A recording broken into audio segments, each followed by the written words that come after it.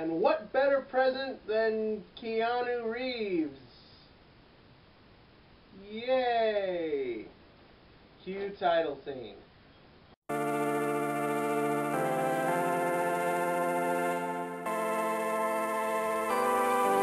That's right, 47 Ronin. Which is, I'm assuming, 46 better than 1 Ronin. Which at least means there's more to deal with in this movie than just Keanu Reeves. So that's a plus right there. Now, as I'm sure many of you might be getting the feeling, I'm not the world's biggest Keanu Reeves fan.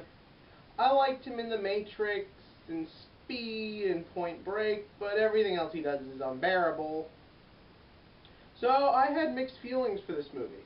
If any of you can tell some of my more recent videos, I really am a fan of Japan the country. I love their TV shows, their food. That's about it, but we're Americans. That's all we care about from any country. Now, one thing I did like about this film from the trailer was how it made Japan look. Except for CGI dragons, which is where my fear came in for this movie. I know the legend of the 47 Ronin. It's an amazing story in Japan. It's something they hold very dear, and a lot of people have been saying this film disrespects that. Does it?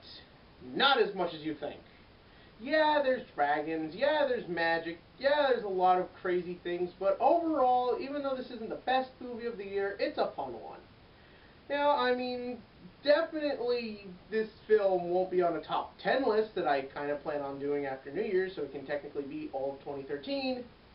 But, for what it is, I don't regret seeing it. The story, if you don't know the legend of the 47 Ronin, it's 47 samurai who have their land and home taken from them, and they have to fight back for it.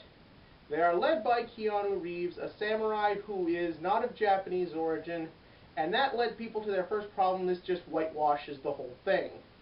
It really doesn't. Keanu Reeves, I actually like him in this movie. He does a very good job of playing a straight, sort of conflicted, he is, in a sense, you can feel like the sense of honor and duty from him, the straightforwardness, the seriousness. He's very good at intensity, and he's very good at action. From there, the cast is okay. A lot of the other samurai are pretty good. Unfortunately, they don't focus on them enough for me to really care or count that as a plus. But it's at least better than some of the other people in this movie. The one witch in this movie, she's the one, you see her in the green in the trailer. Not only is she completely forgettable, but she is atrocious in this movie. Her accent sounds terrible. It almost feels insulting. Bring in Rob Schneider, it would be less insulting. But that, again, a movie like this doesn't really sell itself on acting. It is an action movie, and the action is fun. Unfortunately, it sets the other things up so well. I'd rather see that. I'd rather see the samurai train. I'd rather see more of the Japanese landscape. I'd rather see them fight each other instead of big CGI dragons.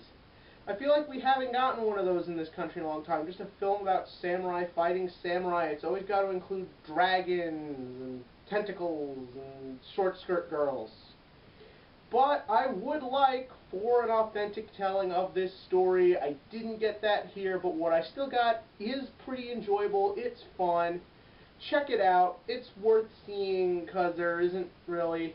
I mean, there's a lot of good stuff out right now, but it's the holiday season. If you just want fun and exciting and action-packed, this is the movie for you. I'm going to go 6 out of 10 on the action movie scale. Now, that does bring up the interesting question. It is the holidays, and it is Christmas Day. In the comment section below, tell me how you like to celebrate Christmas Day, whether it's with friends, families, too much eggnog, TV. I'm going to sit down and watch my favorite Christmas movie, Die Hard. And as always, you can click on that subscribe button below, because it's the holiday season. Give me a little something.